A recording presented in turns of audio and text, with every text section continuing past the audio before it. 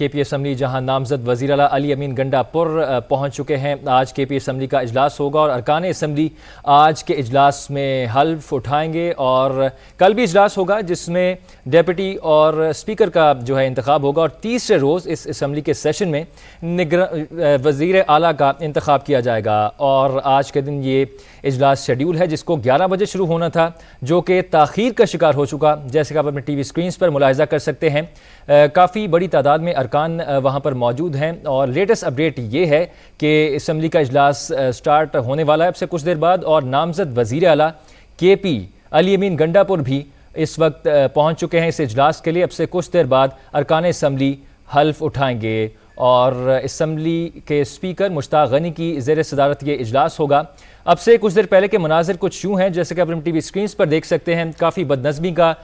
شکار ہو گیا تھا یہ سارا معاملہ، اور اجلاس تاخیر کا شکار ہے، لیکن لیٹسٹ اپڈیٹ یہ ہے کہ اب سے کچھ دیر بعد یہ اجلاس شروع ہو جائے گا۔ جیسے کہ آپ اپنی ٹی وی سکرینز پر دیکھ سکتے ہیں، نامزد وزیر اعلیٰ کے پی علی امین گنڈاپور اس وقت وہاں پر موجود ہیں اور مصافحہ کر رہے ہیں وہاں پر ارکان سے، ان سے گلے مل رہے ہیں، اور اب سے کچھ دیر بعد یہ اجلاس شروع ہو جائے گا جس میں ارکان اسمبلی حلف اٹھائیں گے۔ اسپیکر مشتاق غنی کی زیر صدارت یہ اجلاس ہوگا۔ مناظر آپ کو دکھا رہے ہیں کے پی اسمبلی کے، جہاں نامزد وزیر اعلیٰ کے پی علی امین گنڈاپور پہنچ چکے ہیں، اور ہاتھ اٹھا کر وکٹری کا نشان بنا کر انہوں نے نعروں کا جواب دیا ہے جو اس وقت اسمبلی میں لگائے جا رہے ہیں۔ بیورو چیف پشاور محمود جان صاحب ہمیں جوائن کر چکے ہیں۔ محمود صاحب، علی امین گنڈاپور پہنچ گئے ہیں، اب باقاعدہ اجلاس کب تک شروع ہو جائے گا؟ کیا اطلاعات ہیں آپ کے پاس؟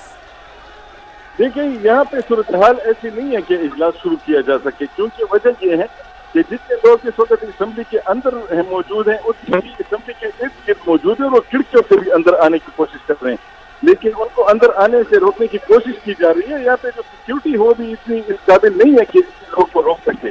تو اجلاس جو ہے وہ اراکین کے حال میں آنا شروع ہو گئے ہیں۔ آپ کو نظر آ رہا ہوگا کہ اس وقت جو وزیر اعلیٰ ہے وہ بھی نظر آ رہے ہیں آپ کو، اور وہ جو خان ہیں جو مسلم لیگ نون کی ہیں، ان کے بھی چند لمحے قبل کے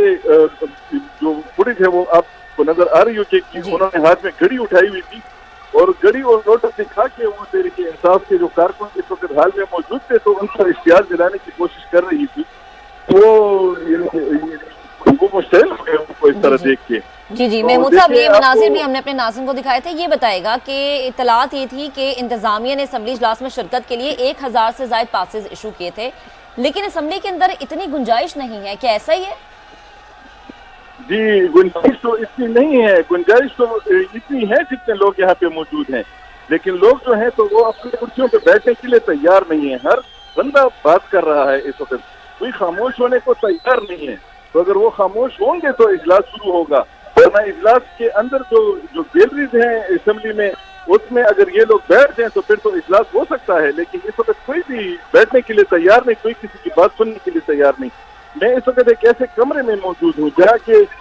کھڑکی سے لوگ اندر آنے کی کوشش کر رہے ہیں۔ یہ اپوزیشن لیڈر کے لیے جو اس کا اسٹاف ہے، اس کی کھڑکیاں توڑ کے لوگ اندر آنے کی کوشش کر رہے ہیں۔ ارد گرد جتنی بھی اسمبلی کی کھڑکیاں ہیں اس میں بھی لوگ موجود ہیں کہ ہمیں اسمبلی میں اندر آنے دیا جائے، لیکن ان کو اندر آنے کا موقع نہیں مل رہا، تو لوگوں کو کافی غلط فہمیاں ہیں، اور لوگوں کو باہر الگ اطلاعات مل رہی ہیں، اندر الگ اطلاعات آ رہی ہیں، جس کی وجہ سے مشکل جو ہے وہ اس وقت بنی ہوئی ہے اور اجلاس نہیں چل پا رہا۔ اور یہ آپ محمود صاحب، جو موجودہ اسپیکر ہیں کیا وہ پہنچے ہیں؟